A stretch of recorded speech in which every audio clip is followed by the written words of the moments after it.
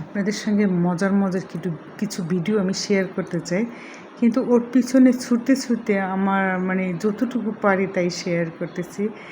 হ্যাঁ, অনেক সময় হাতের কাছে মোবাইল থাকেও না, মানে কি বলবো, কত কিউট করে তাকায় থাকে। হ্যাঁ, মানে কি বলবো, এই সেদিন আমার বাসায় আসছে সে, তখন ম্যাও ম্যাও কত মানে ক্লান্ত, কতই মানে আমার ছেলে নিয়ে আসছে বৃষ্টির দিনে হাতে বাজে, মানে কি বলবো, একটা ছোট্ট প্রাণী আমার বাসায়।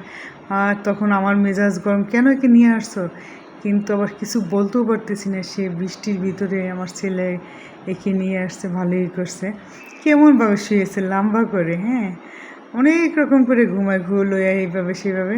আমার ছেলে রুমে সে ঘুমাচ্ছে, আমি ডিস্টার্ব করতেছি না। সে ঠিকই চোখ খুলে যখন দেখবে যে আমরা নাই, পাশে গিয়ে আবার আমাদের পাশে শুয়ে থাকবে। এটা হলো দুপুরবেলা, তার খাওয়া দাওয়া শেষ, মানে তার এখন ঘুমাতে হবে যে কোনো এক জায়গায়। পেট ভরা থাকলে আর কোনো নেই। এই যে, আর আমি ঘুমিয়ে পড়ছি, চোখ খুলে দেখি সে কখন আমার বুকের উপর শুয়েছে, কি বলবো, মানে এটা আদর না করে পারা যায় না। আর এই যে কামড়াচ্ছে, হ্যাঁ, আর এই যে ব্যথাও পাচ্ছি না আমি, এই যে কামড়াচ্ছে, মানে কি বলবো, এই খেলতে খেলতে আবার কখন এক জায়গায় ঘুমিয়ে পড়বে, এই অবস্থা। আর আমার এই পিকুর চ্যানেলটা, মানে এত ভালোবাসা পাবো আমি বুঝতে পারি নাই যে মানুষ দেখবে, ই করবে, মাশাল্লাহ। আর যারা এরকম কিউট কিউট ভিডিও দেখতে চান, অবশ্যই চ্যানেলটাকে সাবস্ক্রাইব করবেন, লাইক দিবেন, তাহলে কিন্তু আমার সার্থক এই পিচ্চিটাকে পালা যায়। আমার জীবনে ফার্স্ট টাইম আমি কোনো মানে বিড়াল ছানা পালতেছি, মানে একটা বাচ্চা, ওর এই বিড়াল ছানা বললাম আর এই লাগে, একটা বাচ্চাও আমাদের ঘরের একটা পিচ্চি। এই যে আমার ছেলে আবার আসছে, ওর সঙ্গে দুষ্টামি করে আমাদের দিনটার না ওকে নিয়ে চলে যায়। মানে কি বলবো, ওর ভাষাগুলি মনে হয় যে আমি বুঝি।